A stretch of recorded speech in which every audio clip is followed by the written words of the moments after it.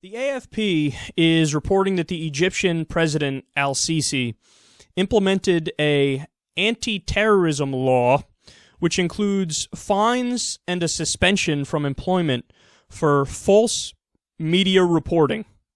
They say the following, quote, "The controversial law published in the official Gazette sets a minimum fine of about $25,000 for anyone who strays from government statements in publishing or spreading false reports on attacks or security operations against militants."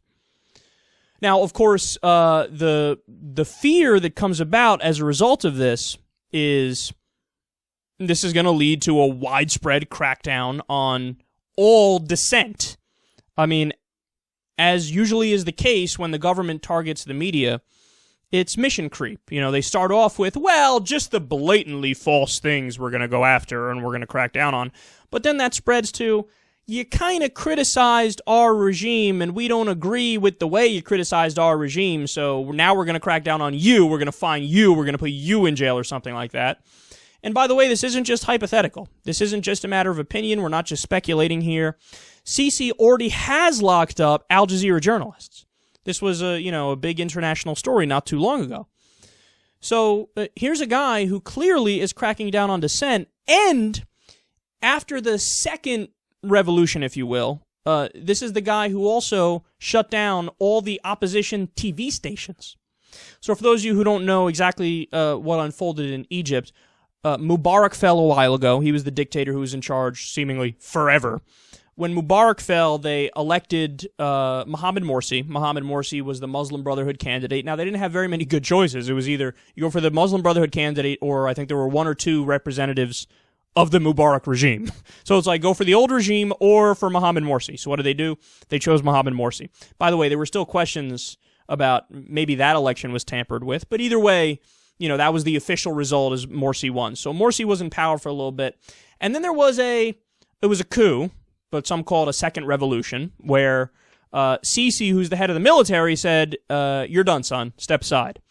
And now they're bringing all kinds of charges against Morsi. I think they gave him a death sentence, if I remember correctly. We covered that story not too long ago.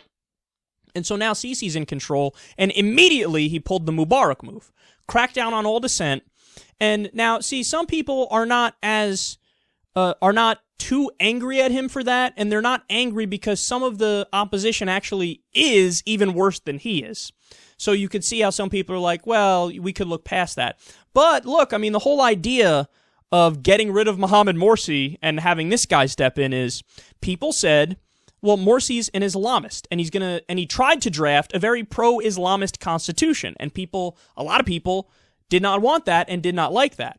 So here you have his successor who gets into power, and he's pulling an Islamist-like move in the sense that he decided, well, I'm going to censor. But wait, the whole reason that a lot of people wanted to get rid of Morsi was, oh, he's going to be an Islamist, he's going to censor people and whatnot. We can't have that. We need freedom.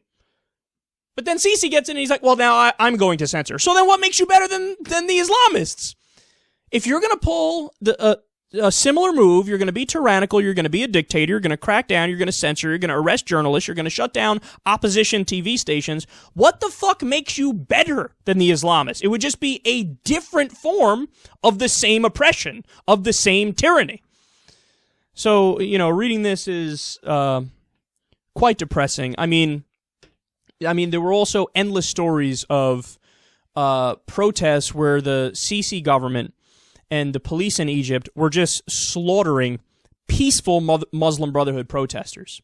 And what I would say to these guys is, there's already this sentiment and this feeling amongst the Muslim Brotherhood members that, well, we're oppressed and we're the victim and we've been put down all this time. And I would say to Sisi and the pro-government forces, don't prove them right. So if you're going to do the second coup and you're going to take over and you're going to say I'm in charge, at the very least, you cannot lock up journalists and not kill peaceful protesters. Understand? But again, this is something, the hypocrisy and the double standard, they just don't see it. They don't see the irony of them kicking out Islamists because they censor people and then they censor people. I would say to them, you should recognize that because you might suffer the same fate after a while, where there might be a fucking third wave, a third revolution. They'll kick out you, and then some other guy will get in power, and round we go.